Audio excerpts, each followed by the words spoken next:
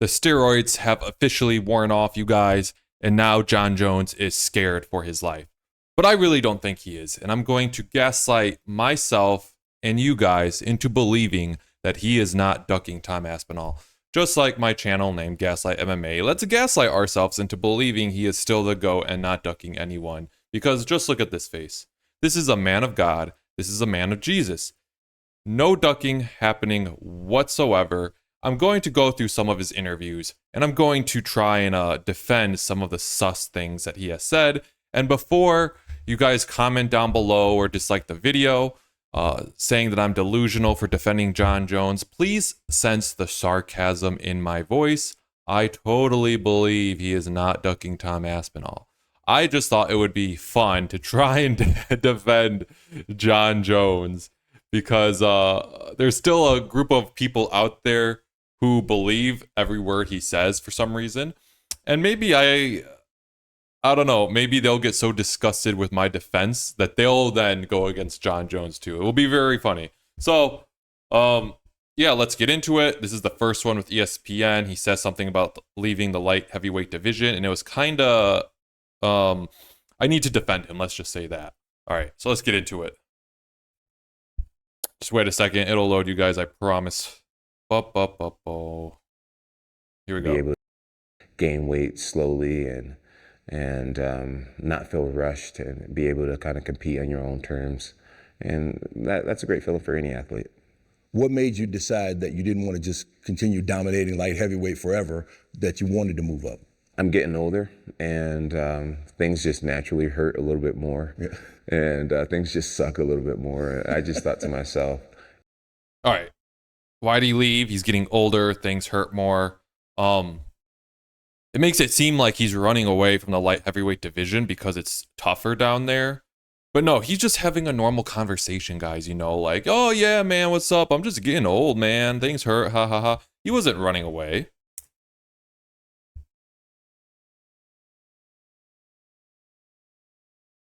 you know, I have the height, I have the frame to be a heavyweight, and why not do it, you know? So, and another thing, I felt like my fights at light heavyweight were getting closer, and I didn't really have too many really big names in the future to look forward to.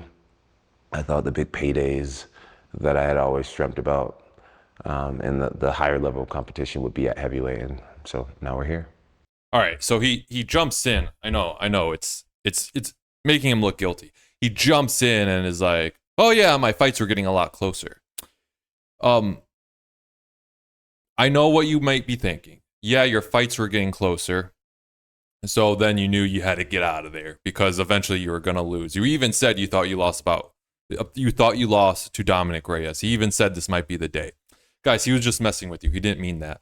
But for what he just said here, that his fights were getting closer, what he was doing was he was purposely making the fights close for your excitement, all right?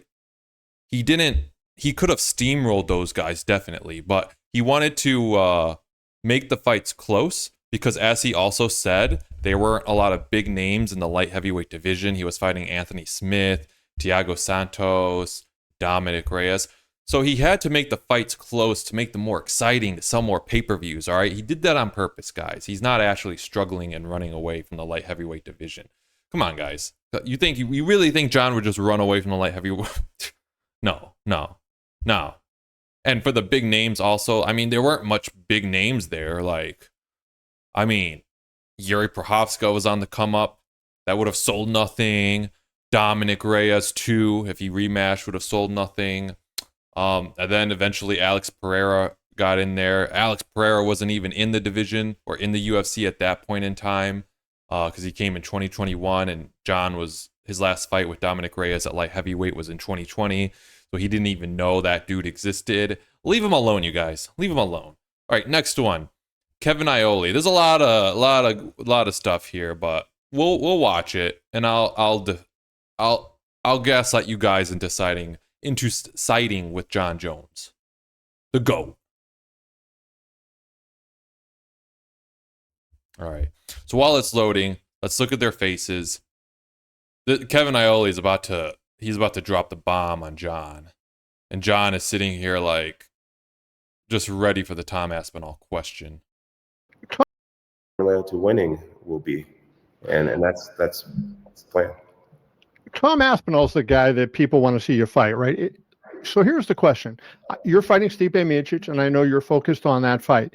If you defeat him, as you're a 6-1 favorite to win the fight, if you defeat him, will you defend your belt against Aspinall, who has the interim title? Hell yeah. More than likely not. Oh, More than fuck. likely not. I feel like Tom Aspinall is, I don't want to say nobody, but he just hasn't proven anything. He hasn't done anything. And I understand that. I mean, he won his belt against Sergey. Sergey just got slaughtered by someone else. So it's just like, I'm not here to Yeah, Sergey Pavlovich was nothing. Yeah, and he says Tom's a nobody. I mean, guys, go to your local Walmart. Ask them, yo, Conor McGregor. They're going to be, oh, Conor McGregor. Jon Jones. Oh, God, Jon Jones. You say you watching Tom Aspinall versus Jon Jones.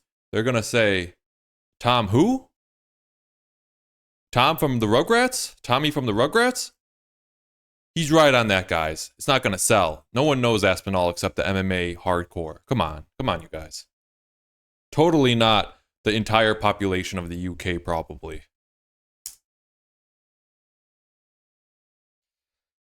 All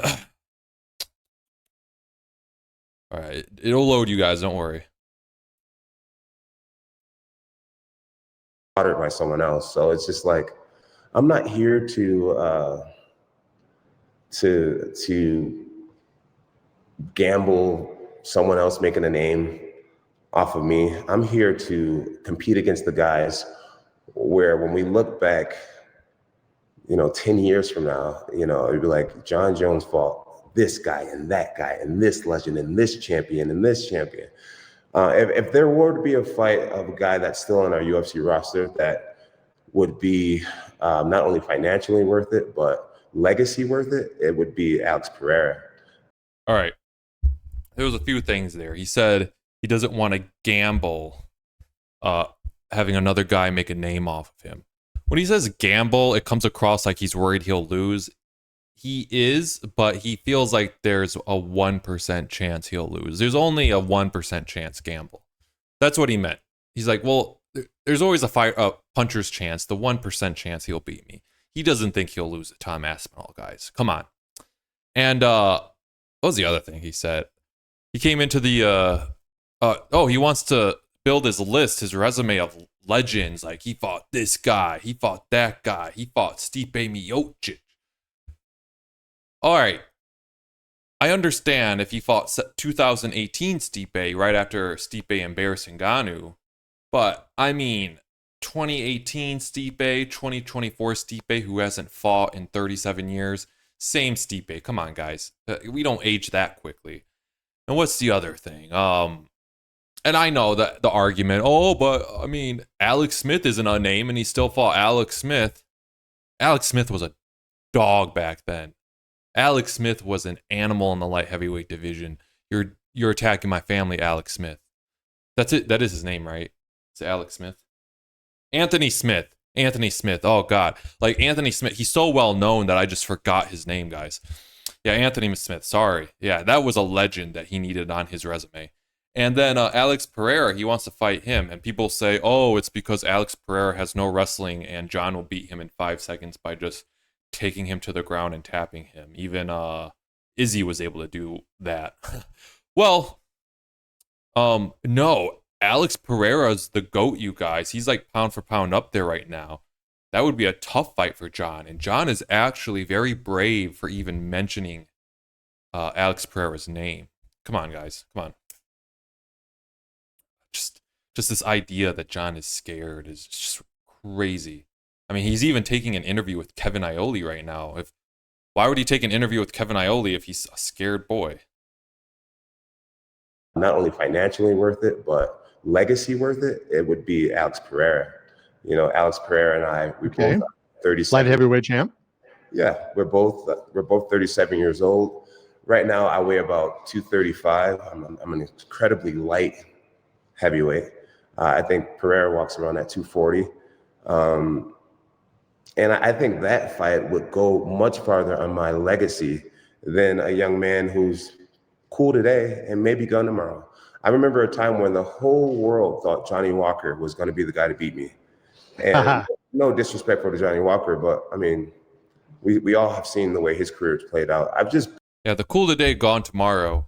I mean, you could say that's with everyone because no one's on top forever, but I don't really have a defense for that. Anyway, I know you're thinking he just listed a bunch of excuses, like we're both 37, we both would be light heavyweights, saying as if he loses to Tom Aspinall, it's because he weighs less than Tom Aspinall, and that if he loses to Tom Aspinall, it's because he's 37, and he's just listing a bunch of excuses. Again, these are just conversation topics, man. You know, like, yo, John, how old are you? You know, I'm 37. Oh, how much you weigh? Oh, I weigh to whatever.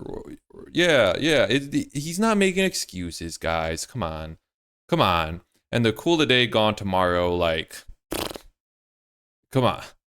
Tom Aspinall will be gone tomorrow. No one cares. He's not going to be on top for a long time.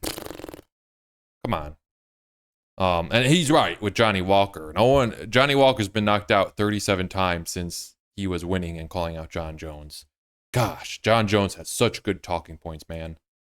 Is there more to this? I think there might be a little bit more. Let's see.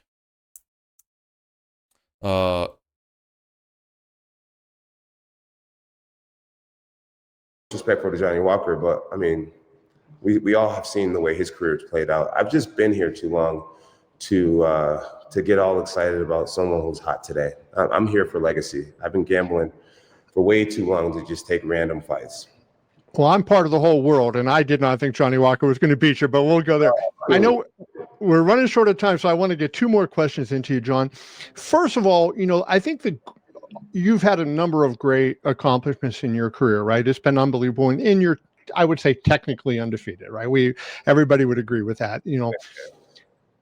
The longevity is what gets me, right? I think that's your greatest, you know, not that streak after you won. Longevity. Yeah, because John doesn't fight. Oh, fuck. Sorry. Whoa, I need to defend John. Sorry, guys. I almost... Yeah, I mean, the longevity thing, like, because he like paces himself and he's a healthy man and he fights all the time. I mean, and if he doesn't fight all the time, it's only because, definitely not because he's suspended from steroid and he popped and he has to sit out for a couple years and the UFC hides it. Definitely because, the people are ducking him like Ngannou and he has to hold out because Ngannou refuses to fight him. That's definitely why. And the here today, gone tomorrow. I know you'll be saying, well, Alex Pereira is here today, gone tomorrow, but you want to fight Alex Pereira. Guys, Alex Pereira is a whole nother level compared to of popularity compared to Tom Aspinall. All right. Yeah. All right. That's all I'm gonna show you guys. All right, because it's not that it's because it's totally difficult defending John. It's really easy defending John. Very easy. I could defend him all day.